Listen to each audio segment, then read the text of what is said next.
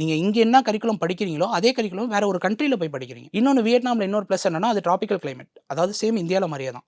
உங்களுக்கு கிளைமேட்ஸ் எல்லாமே டிசீஸ் எல்லாமே இந்தியாவுக்கும் அதுக்கும் ரொம்ப டிஃப்ரென்ஸ் இல்லை, சேமாக தான் இருக்குது.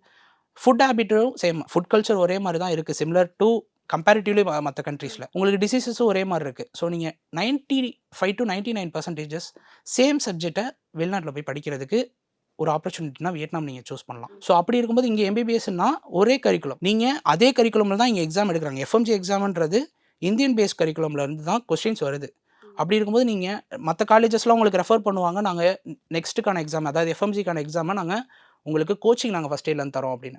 நாங்கள் அவ்வளோ இதாக சொல்லலை, நாங்கள் எடுக்கிறதே இங்கே இருக்க சேம் கரிக்குலம் தான் எடுக்கிறோம். உங்களுக்கு ஸ்பெஷல் கோச்சிங் அப்படிலாம் சொல்லி உங்களை ரொம்ப பேர்டனாக உங்கள் தலைமையில் ரொம்ப பாரத்தெல்லாம் தூக்கி வைக்கல. நீங்கள் படிக்க போகிறதே சேம் கரிக்குலம் தான் படிக்க போகிறீங்க. எக்ஸ்ட்ரா 2 சப்ஜெக்ட் படிப்பீங்க, பிஎஸ்எம் அண்ட் ஃபாரன்சிக்.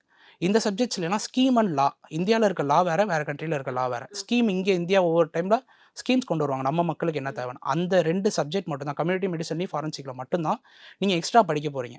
அது வெறும் 2 சப்ஜெக்ட். மற்றபடி 19 சப்ஜெக்ட்டில் 2 சப்ஜெக்ட் தவிர மித்த எல்லாமே இந்தியாவிலேருந்து அங்கே சேமாக தான் இருக்குது. நீங்கள் அப்படிலாம் இல்லை, நீங்கள் ஆல்ரெடி படித்ததையே இங்கே வந்து எழுத போகிறீங்க. ஏன்னா சேம் கரிக்குலம், நீங்கள் ஈஸியாக முடிச்சிடலாம்.